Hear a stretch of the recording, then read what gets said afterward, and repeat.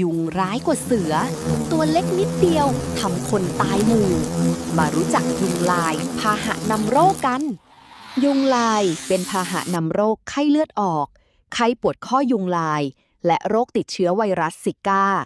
ซึ่งโรคไข้เลือดออกเป็นโรคติดต่อนำโดยสัตว์ขาข้อที่มีการระบาดสูงสุดในประเทศไทยโดยประเทศไทยมียุงลายหลากหลายชนิด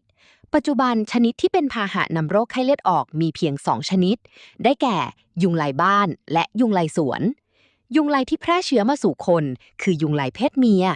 ปกติยุงทั้งเพศผู้และเพศเมียกินน้ำหวานเป็นอาหาร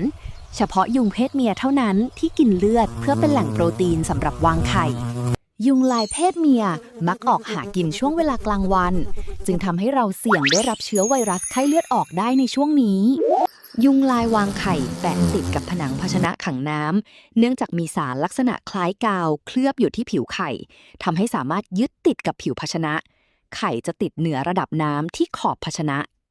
น้ำถูกใช้หรือระเหยแต่ไข่ยังมีชีวิตอยู่ซึ่งจะอยู่ได้เป็นเดือนจนกระทั่งเป็นปีขึ้นกับสภาพแวดล้อมเมื่อไข่ยุงได้รับน้ำจะฟักออกมาเป็นลูกน้ำได้เมื่อไข่ยุงฟักตัวเป็นลูกน้ำจะลอกคราบ4ครั้งใช้เวลาประมาณ7วัน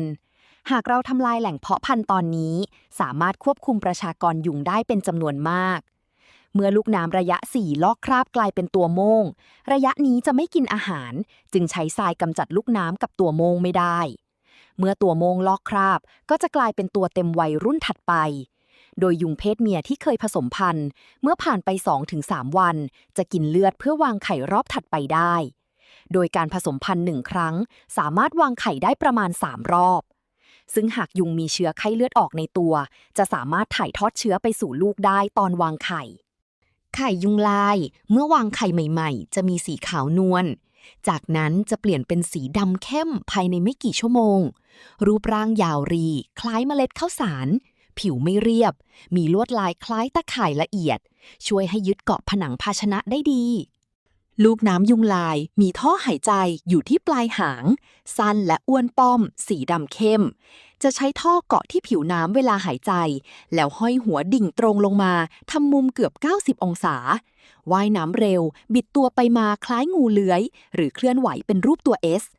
มีความไวต่อสิ่งเร้าตกใจง่ายเพียงแค่มีเงาผ่านหรือแรงสั่นสะเทือนจะรีบดำดิ่งลงไปอยู่ที่ก้นภาชนะทันที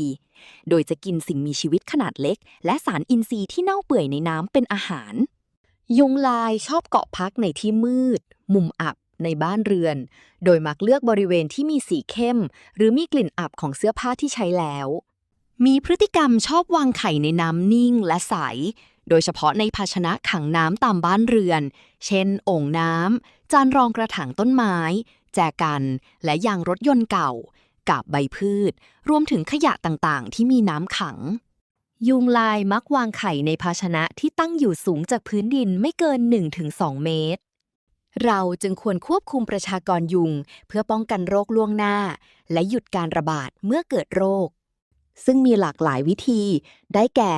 การใช้สารเคมีควบคุมยุงตัวเต็มวัยและกำจัดลูกน้ำการป้องกันตนเองไม่ให้ยุงกัดการควบคุมโดยการใช้สิ่งมีชีวิตอื่นมาควบคุมการกำจัดแหล่งเพาะพันธุ์ยุงลายและการปรับปรุงสภาพแวดล้อมหากมีคนป่วยด้วยโรคไข้เลือดออกเน้นย้ำควรป้องกันไม่ให้ยุงกัดทั้งคนป่วยและคนในครอบครัวเพื่อลดโอกาสในการแพร่โรค